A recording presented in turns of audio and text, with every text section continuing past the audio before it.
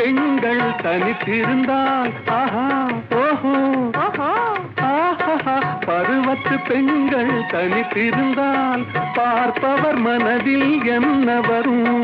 இளையவர் என்றால் ஆசை வரும், இளையவர் என்றால் ஆசை வரும், முதியவர் என்றால் பாசம் வரும், முதியவர் என்றால் பாசம் வரும்.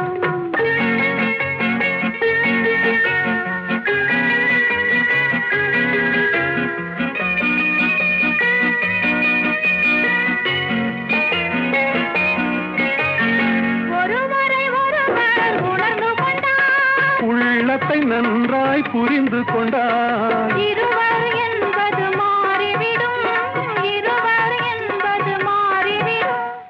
இரண்டும் ஒன்றாய் கலந்து விடும் அழகிய மிதிலை